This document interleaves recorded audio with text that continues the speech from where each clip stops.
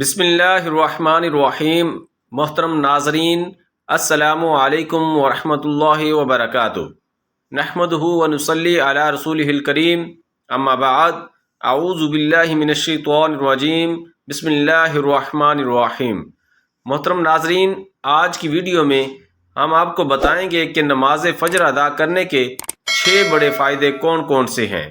یہ آج میں آپ لوگوں کے سامنے بیان کرنے جا رہا ہوں، جنہیں جان کر آپ حیران ہو جائیں گے کہ جو شخص فجر کی نماز با جماعت پڑھتا ہے اسے اللہ رب العزت اتنے زیادہ انعامات سے نوازتا ہے، اتنی فضیلت اور اتنے فائدے فجر کی نماز ادا کرنے کے ہیں۔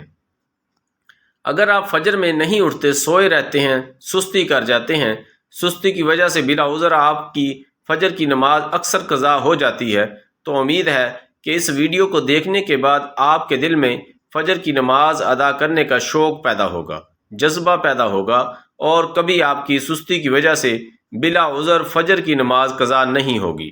باقی جو نمازیں ہیں، ظہر، عصر، مغرب اور عشاء، ان میں انسان سویا ہوا نہیں ہوتا، اٹھا ہوا ہوتا ہے، لیکن فجر کی نماز سے پہلے انسان سویا ہوا ہوتا ہے، اٹھ کر بیدار ہو کر اس نماز کو پڑھنا ہوتا ہے۔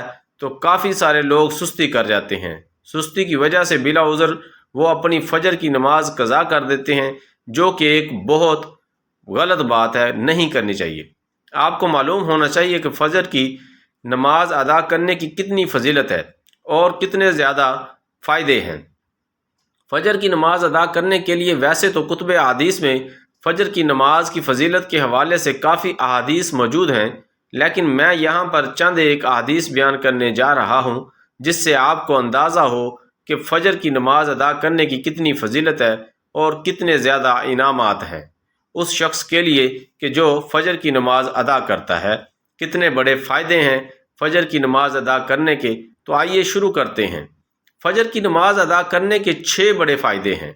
نمبر 1، نماز فجر پڑھنے کا پہلا فائدہ یہ ہے کہ نبی کریم صلی اللہ علیہ وسلم نے اللہ رب العزت سے اپنی امت کے لیے صبح کے وقت برکت عطا کرنے کی دعا فرمائی ہے۔ اے اللہ، میری امت کے صبح کے وقت میں برکت ڈال دے۔ اس حدیث سے معلوم ہوا کہ جو شخص فجر کی نماز با جماعت ادا کرنے کے بعد کوئی کام کرتا ہے تو اس کے پورا دن جو بھی کام ہیں ان میں اللہ کی طرف سے برکت ڈال دی جاتی ہے، برکت رکھ دی جاتی ہے۔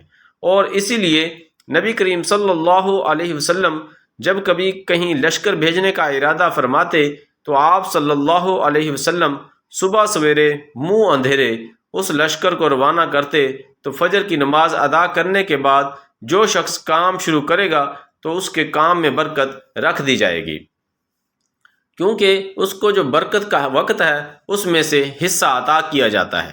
نمبر 2، فجر کی نماز ادا کرنے کا دوسرا بڑا فائدہ، نبی کریم صلی اللہ علیہ وسلم نے ارشاد فرمایا کہ جس آدمی نے عشاء کی نماز با جماعت پڑھ لی تو وہ بندہ ایسا ہے جیسے اس نے آدھی رات نماز پڑھی، اور فرمایا کہ جس آدمی نے فجر کی نماز بھی با جماعت پڑھ لی تو وہ بندہ ایسا ہے جیسے اس نے ساری رات نماز پڑھی۔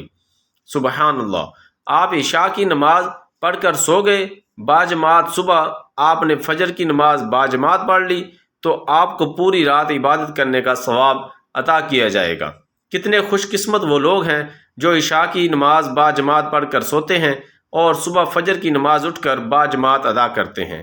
انہیں پوری رات عبادت کرنے کا، پوری رات قیام کرنے کا، رکوع کرنے کا، سجدہ کرنے کا ثواب عطا کیا جاتا ہے۔ نمبر 3، نماز فجر ادا کرنے کا تیسرا بڑا فائدہ یہ ہے کہ نبی کریم صلی اللہ علیہ وسلم نے ارشاد فرمایا کہ تمہارے پاس دن اور رات کے فرشتے آتے ہیں، اور یہ فرشتے فجر اور عصر کی نماز میں جمع ہوتے ہیں۔ جب یہ فرشتے اوپر جاتے ہیں، اللہ کی بارگاہ میں پہنچتے ہیں، تو اللہ رب العالمین سب جانتا ہے، لیکن اللہ فرشتوں سے پوچھتا ہے کہ اے فرشتوں، یہ بتاؤ تم نے میرے بندے کو کس حال میں چھوڑا؟ اب فرشتے عرض کرتے ہیں، یا رب العالمین، ہم نے تیرے بندے کو اس حال میں چھوڑا کہ وہ تیری عبادت کر رہا تھا، قیام کر رہا تھا، رکوع کر رہا تھا، سجدہ ریزیاں کر رہا تھا۔ کتنی بلند شان ہے اس شخص کی کہ جس کا ذکر فرشتے اس حال میں کر رہے ہیں کہ اے اللہ، تیرا فلاں بندہ جب ہم اسے چھوڑ کر آئے تو وہ نماز ادا کر رہا تھا، نماز پڑھ رہا تھا۔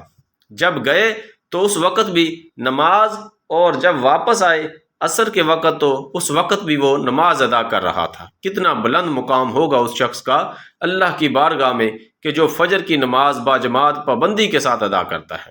نمبر 4، فجر کی نماز ادا کرنے کا چوتھا بڑا فائدہ یہ ہے کہ نبی کریم صلی اللہ علیہ وسلم نے ارشاد فرمایا کہ فجر کی 2 سنت رکعتیں دنیا اور دنیا میں جو کچھ بھی ہے اس تمام سے بہتر ہے، یعنی دنیا اور دنیا میں جو کچھ بھی ہے ان تمام سے بہتر فجر کی 2 رکعت سنت جو فجر کے فرض ادا کرنے سے پہلے پڑھی جاتی ہیں۔